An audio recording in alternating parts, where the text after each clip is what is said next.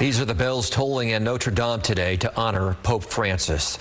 And here a live look over St. Peter's Square in Vatican City, where hundreds gathered earlier today to mourn. Just yesterday in Vatican City, Pope Francis attending his final Easter Mass, appearing from the balcony at St. Peter's Basilica. Thanks for joining us here at 4. I'm Curtis Ming. And I'm Andrea Flores. Pope Francis passed away today at the age of 88. The first Latin American pontiff is remembered for his advocacy for the poor and his humble nature. We have live team coverage with our crew in Vatican City today and here at home to hear about the local reaction. But first, let's start with White House correspondent Kaylin Norwood, live at the White House now. Kaylin, how are leaders in Washington reacting? Well, Curtis and Andrea, President Donald Trump ordered flags be flown at half-staff. He is one of the several presidents who met with Pope Francis, including former presidents Joe Biden and Barack Obama, each now speaking on the legacy he leaves behind. Ave Maria, gratia plena. As Catholics around the world mourn the death of Pope Francis, past and present U.S. leaders are remembering his life and legacy. He was a good man, worked hard. He loved the world.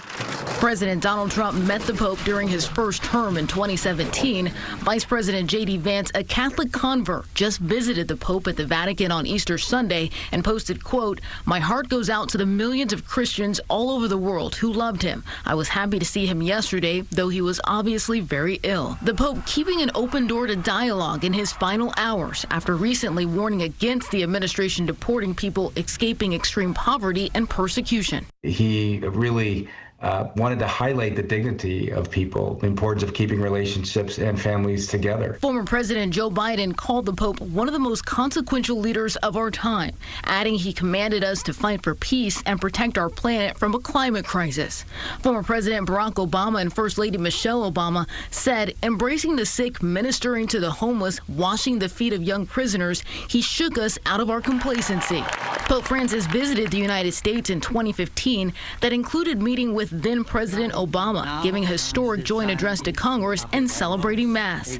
Some Catholics returning to the Basilica in Washington Monday to pay their respects. He was a person that was for everyone, particularly for the poor. He's a sign of hope. He's a sign of Christ.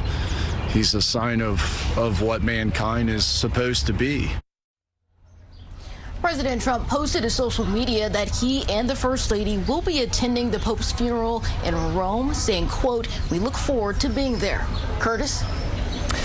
Kaylin, what do we know at this point about the Pope's funeral? Well, Curtis, we know that the Pope will be buried over the next few days. He notably chose not to be buried at St. Peter's Basilica, instead choosing to be buried at St. Mary Major Basilica in Rome. Last year, the Pope simplified his funeral rituals, emphasizing his role as a mere bishop, and he also allowed for his burial outside of the Vatican. Back to you. Yes, a very humble burial, as he would have wanted. All right, Kaylin, thank you so much. And after Pope Francis's funeral, cardinals will gather in Rome for a conclave to elect the next pope. KCRA 3's Michelle Bandor is live at the Cathedral of the Blessed Sacrament at 11th and K with reaction from parishioners. Michelle? Well, Curtis, it's just been a quiet, somber day here at this historic cathedral in downtown Sacramento as worshipers gathered here earlier today to honor and pay tribute to Pope Francis. And the bishop of the Diocese of Sacramento called the Pope.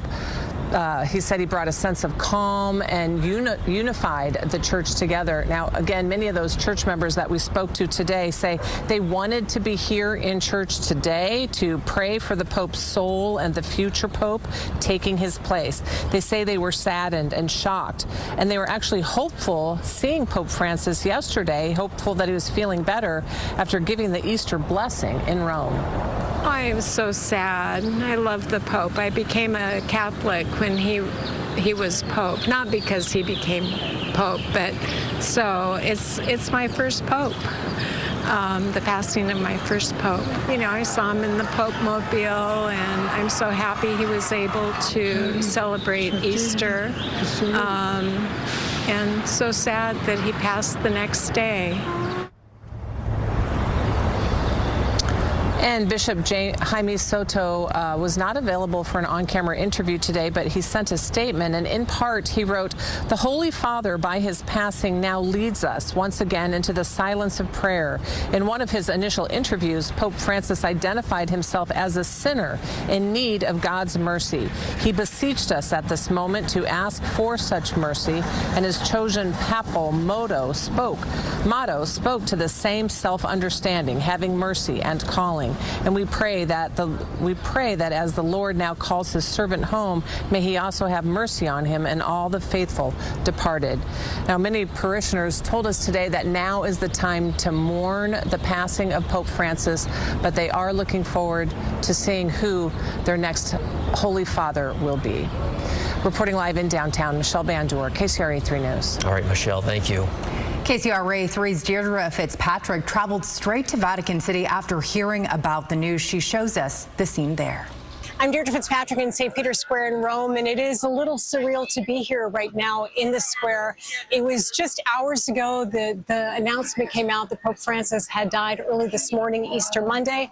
And I guess what's so strange about it is that it was just yesterday that he was here, that he did the blessing, that he took a ride in the Popemobile, thrilling the crowds of people who had shown up here. And there are big crowds in Rome this week here for Holy Week.